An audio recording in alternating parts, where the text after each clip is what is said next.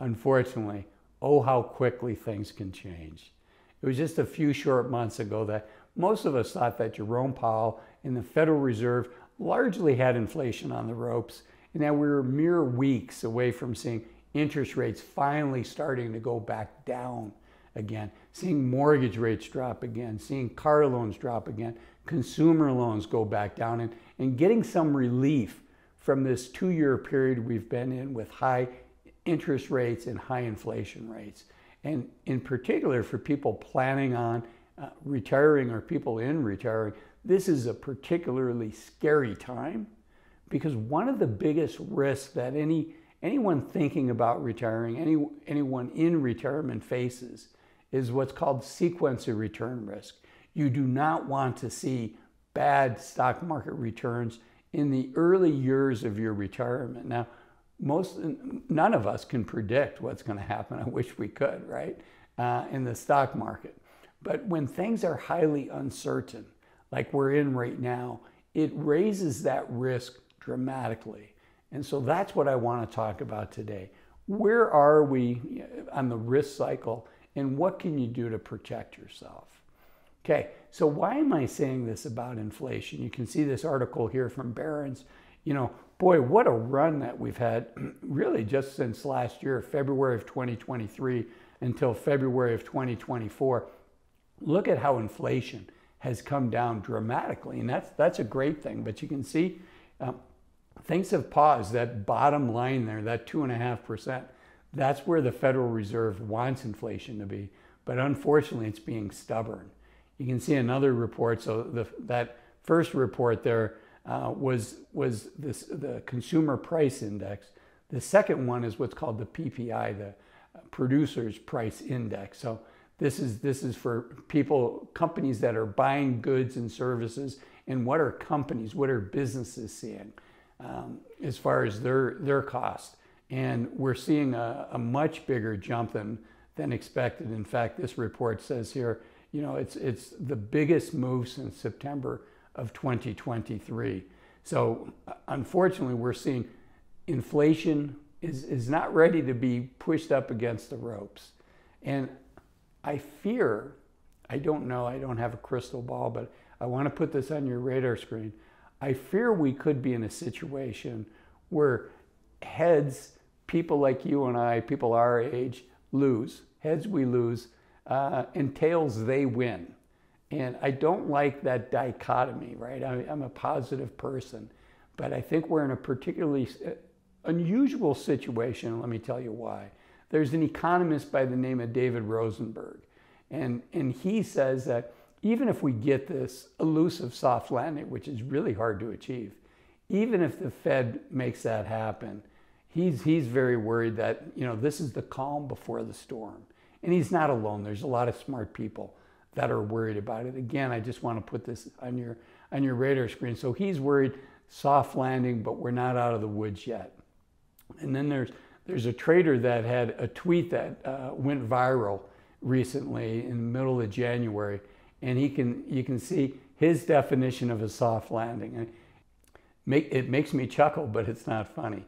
And what he says is a soft landing means that the top 1% get record stock prices, while you get stuck with the most unaffordable housing market ever, permanent price increases, and record credit card debt. And each of those, unaffordable housing market, permanent price increases, prices are not going back down, right? When inflation goes down, it doesn't mean prices go down. It just means that the pace that the prices are increasing slows down, right? So if inflation goes from 6% to 2%, which is the Fed target, it still means prices are increasing 2% a year. So my $3 box of Raisin Bran is never coming back. It's $6 now, and it'll be $6.50 in a couple years, right? It's not going back to $3. So again, soft landing means the top 1% gets record stock prices, while you get stuck with the most unaffordable housing market ever, permanent price increases, and record credit card debt. But you get to keep your job, and you have to work longer to pay it all off. And you know what? There's a lot of truth in that tweet, which is why it went viral. So, that's what I mean by a situation where it could be that people are in a tough situation, particularly people like us. The closer you get to retirement, the more important it is to avoid this sequence of return risks, these big stock market drops just before we retire or when we're in the first couple of years of retirement. This is a precarious situation. So I want to keep going, but I'm going to close the video with what you can do to protect yourself. So I said I opened with how quickly things can change. This is a Reuters report that came out at the end of December, at year end here. And you can see here, it says that the traders were anticipating rate cuts in 2024 of 1.5%.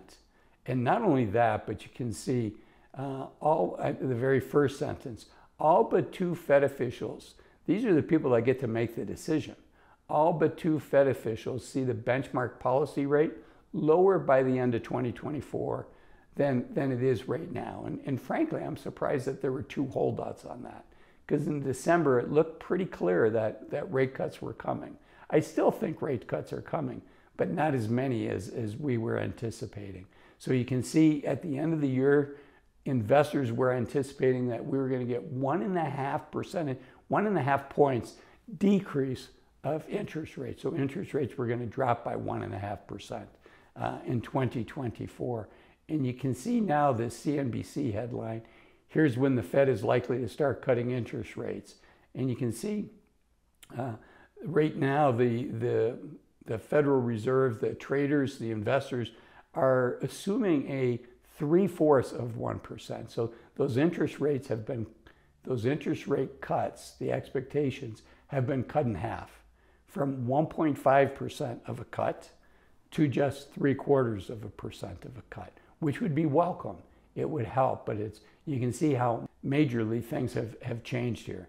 So, why is this challenging? I talked about the sequence of return risk, but I also want to share that unfortunately, time is not on our side.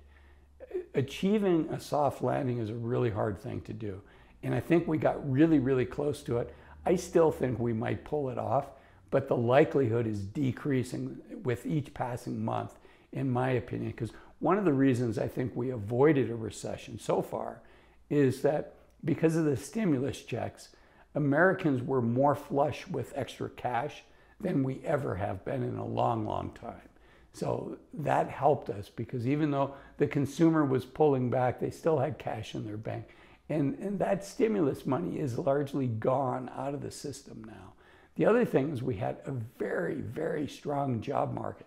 Strongest job market probably in my lifetime. And everybody that I talk to, all business owners I'm talking to, are seeing that tight job market starting to loosen up, and they're getting more applicants.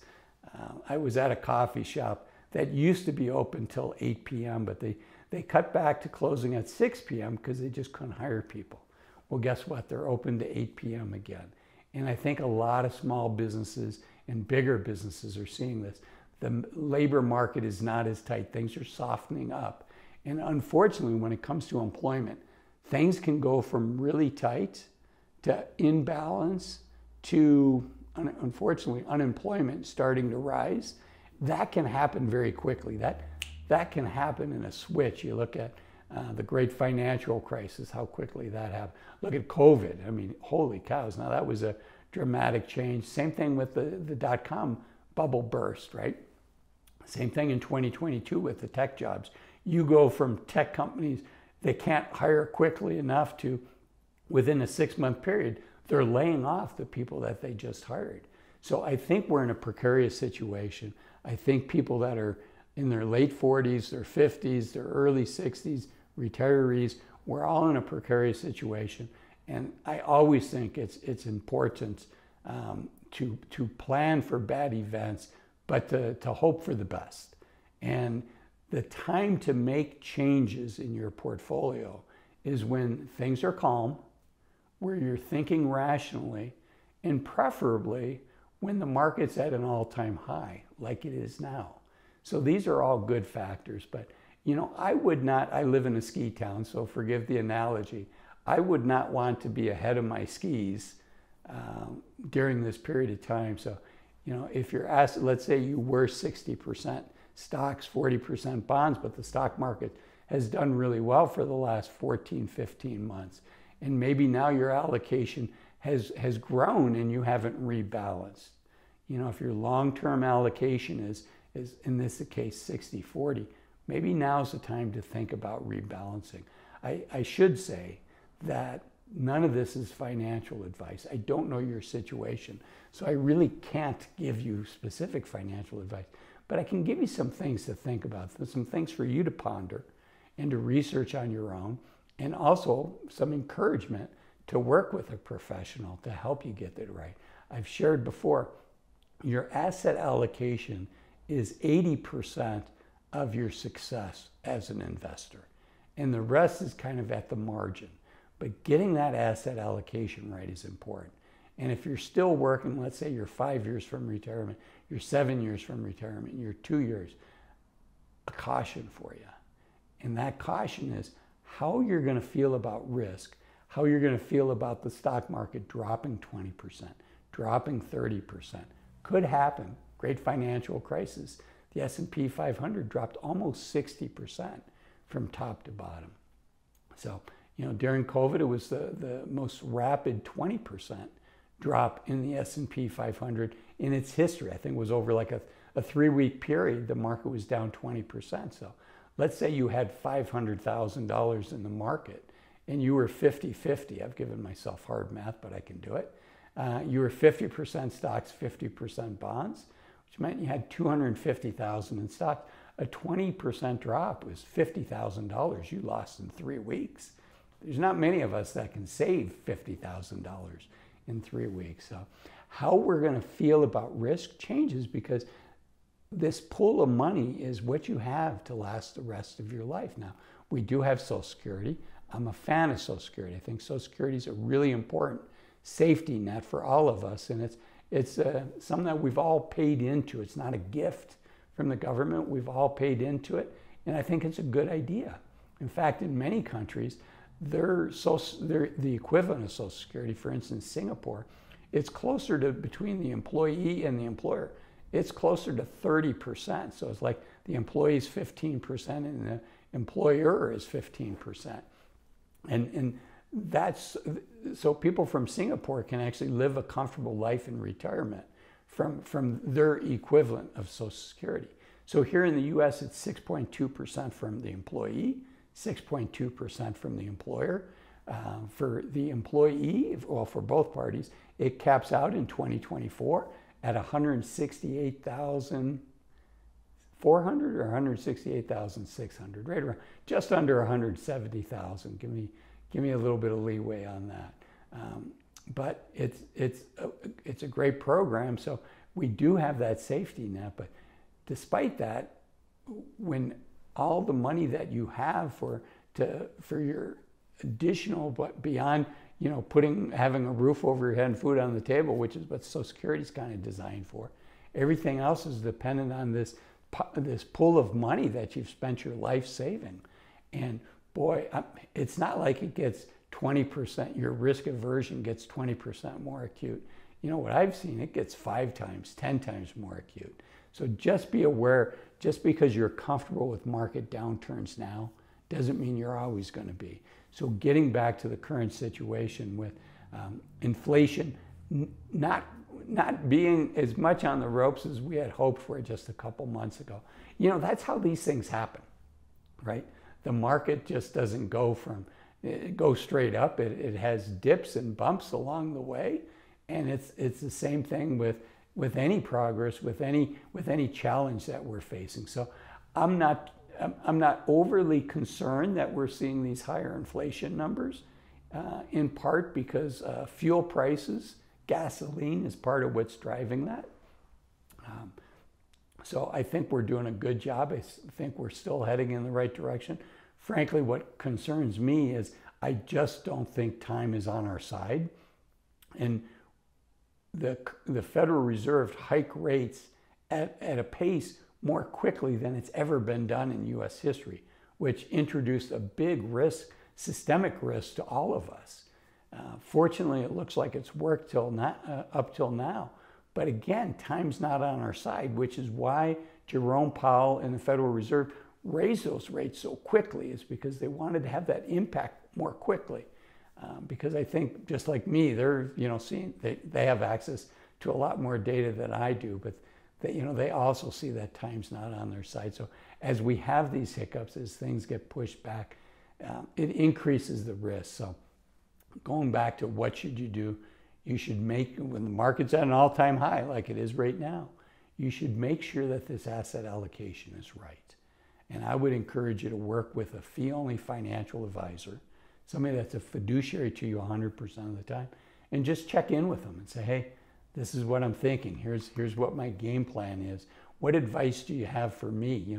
They get to know you and they can give you financial advice.